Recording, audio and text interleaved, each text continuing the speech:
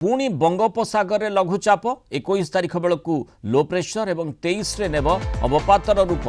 वर्तमान दक्षिण अंडमान सागर संलग्न दक्षिण पूर्व बंगोपसागर उपरे सक्रिय रही घूर्णिबलय। यार प्रभाव में दक्षिण पूर्व बंगोपसागर सृष्टि होब लघुचाप क्षेत्र। यह क्रमशः पश्चिम उत्तर पश्चिम दिगरे गति करने सह अधिक बल गोटाइब। यापर डिप्रेशन में परिणत हो आंध्र प्रदेश और तमिलनाडु मुहां हो पारे। लघुचाप क्षेत्र में परिणत होगा पर ही यह बात्यार रूप नेब ना नहीं ताहा आकलन करिवे भारतीय पाणीपाग विभाग महानिर्देशक डॉक्टर मृत्युंजय महापात्र।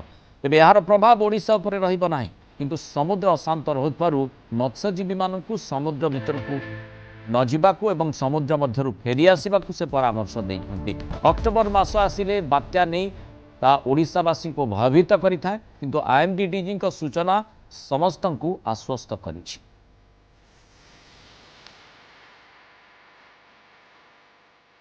आज पूर्वानुमान अनुसार 21 तारिख रे गोटे लो प्रेशर एरिया अर्थात लघुचाप क्षेत्र दक्षिण पूर्व बंगोपसागर रे सृष्टि होवार संभावना रही।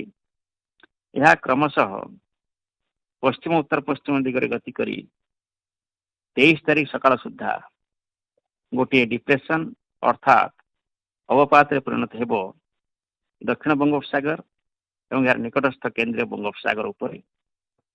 तापर यह क्रमशः घनीभूत होगा सहित पश्चिम उत्तर पश्चिम दिगरे गति जारी रखिबो। तमिलनाडु पुडुचेरी एवं निकटस्थ आंध्र प्रदेश उपकूल आड़ को मुहाइब।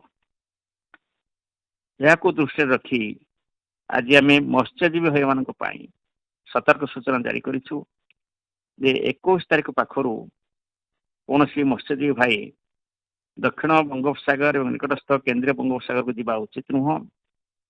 तार कारण हूँ 21 तारिख पाखरु सेठारे पवन वेग प्रथमतः 30 ରୁ 40 किलोमीटर प्रति घंटा एवं गस्टिनेस 50 किलोमीटर प्रति घंटा होगा सहित 22 तारिख में 40 ରୁ 50 किलोमीटर प्रति घंटा और गस्टिनेस 60 किलोमीटर प्रति घंटा। 23 तारिख में 45 ରୁ 55 किलोमीटर प्रति घंटा एवं गस्टिनेस 65 किलोमीटर प्रति घंटा होवार संभावना रही दक्षिण बंगोपसागर और निकटस्थ केंद्रीय बंगोपसागर में। यह नौ चलाचल संपूर्ण भाव में विपज्जनक रहिबो। तेणु कौन से मत्स्यजीवी भाई समुद्र मध्य को जावा उचित नुह 21 तारिख पाखरु। जो मैंने समुद्र में अच्छा से विशेषतः दक्षिण बंगोपसागर और केंद्रीय बंगोपसागर से उपकूल को 21 तारिख सकाळ सुधा फेरी आसवा उचित। या सहित तमिलनाडु पुडुचेरी एवं दक्षिण आंध्र प्रदेश आम प्रबल वर्षार पूर्वानुमान करूँ। विशेषतः 22 तारिख वर्षा आरंभ हो 23 से 20 तारिख में सबुठ अधिक वर्षा होवार संभावना रही। से अनुसार उपकूल अंचल पाग कोहला रही सतर्क सूचना जारी कर यार कौन सीधा सड़क प्रभाव ओडिशा उपरे नहीं। तेणु ओडिशा से भली कौन सतर्क सूचना जारी कर जाए नहीं, किंतु ओडिशार मत्स्यजीवी भाई माने मध्य दक्षिण बंगोपसागर एवं निकटस्थ केंद्रीय बंगोपसागर को जावा उचित नुह। जो मत्स्यजीवी भाई मैंने से अंचल अच्छा से अंचल फेरी आसवा उचित। बात्या हम कि नहीं तार पूर्वानुमान करते लो प्रेशर एरिया फॉर्मेशन हेबो, किंतु आज जो पूर्वानुमान कर ओडिशा प्रति कौन बात्यार आशंका नहीं। यार सबुठ अधिक प्रभाव तमिलनाडु पुडुचेरी और दक्षिण आंध्र प्रदेश पर पड़ार रही, जहाँकि आम आज सूचीछु।